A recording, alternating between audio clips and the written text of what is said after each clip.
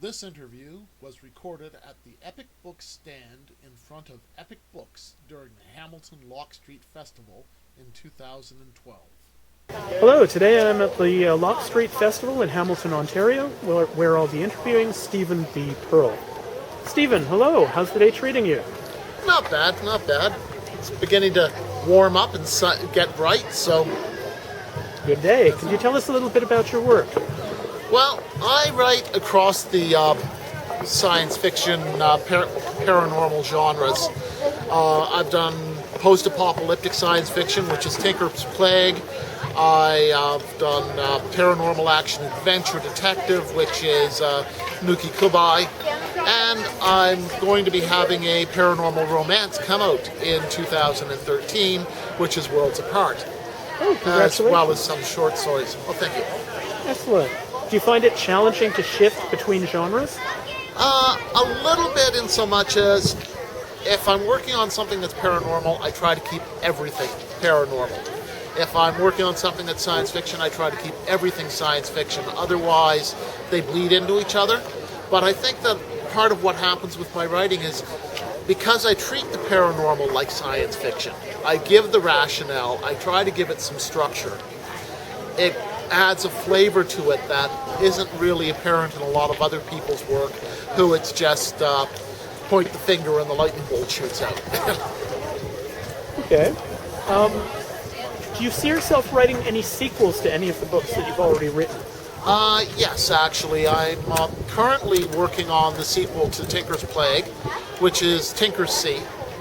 I'm about 90% of the way through the rough draft, and it details a tinker on an aquatic tinker's route on Lake Huron, and her efforts to find a pirate who is marauding over the lakes in a battered old nuclear submarine, which is sort of leaking radiation wherever it goes.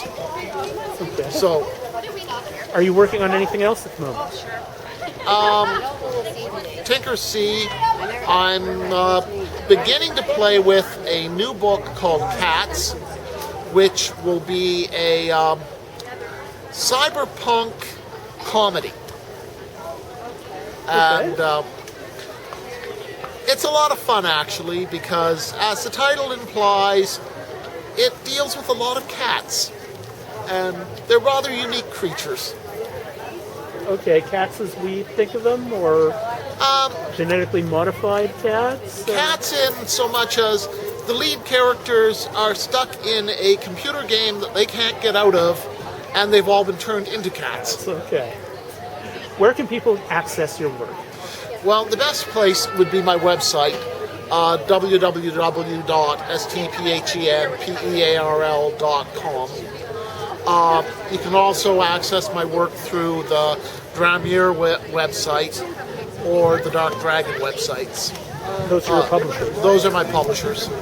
If you go to them, you can find me, or just put Stephen B. Pearl into Google, and you can't miss me. Okay. Now, I know that you've studied the paranormal. How do you feel this informs your work? When I'm writing paranormal, massively, because I try to stay true to the principles of the Western esoteric system. To make it interesting, I bump the power level, obviously, because whether you believe it or not, even if you believe it, it's the thing of it's pretty minor. You know, we have a physical body for dealing with the physical universe. A spirit deals with the spiritual universe, and we're in the physical universe right now. So there's only so much overlap. Okay. Now, do you draw heavily on your own experiences when you write? Quite a bit. Quite a bit. I mean, I've done a little bit of ghost busting, and so I drew upon that. Nothing so severe or onerous as a Nuki Kubai.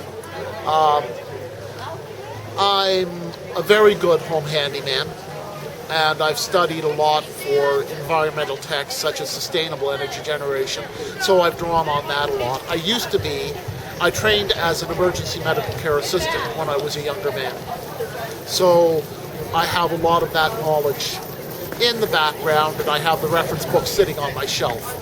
So I'd say I draw heavily on what I've been. Now, what do you think the obligation of the fiction writer is in our current era?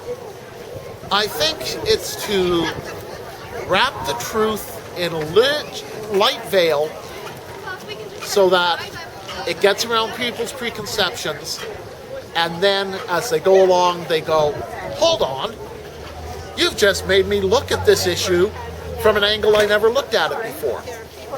So it is a matter of being more real than real.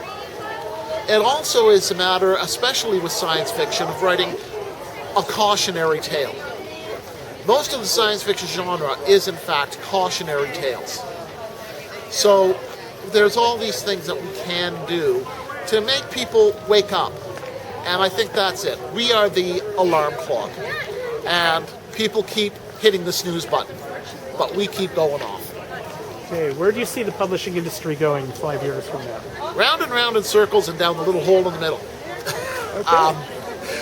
I think that the publishing industry has basically gone for a maximum gouge for profit level at all levels of it.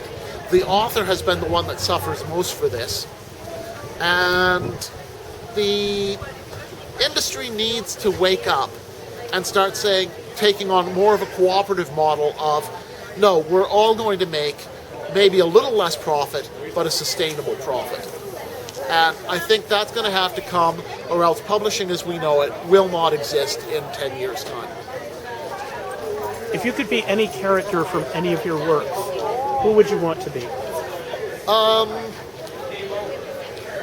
Probably Brad from Tinker's Plague, my Tinker. He's got the greatest job in the world, wandering all over the place, living in an RV, effectively, and doing repair work for people. And on top of that, I happen to have a thing for athletic brunettes, and Carla falls in that category, so Joy, please don't hit me. Okay. Well, thank you very much, Stephen. For more about Stephen B. Pearl and his works, visit his website at www.stephenpearl.com. StephenPearl.com. Thank you. This interview brought to you by the works of Stephen B. Pearl, the finest in speculative fiction. Free stories, first chapters, and more. Available at www.stephenpearl.com.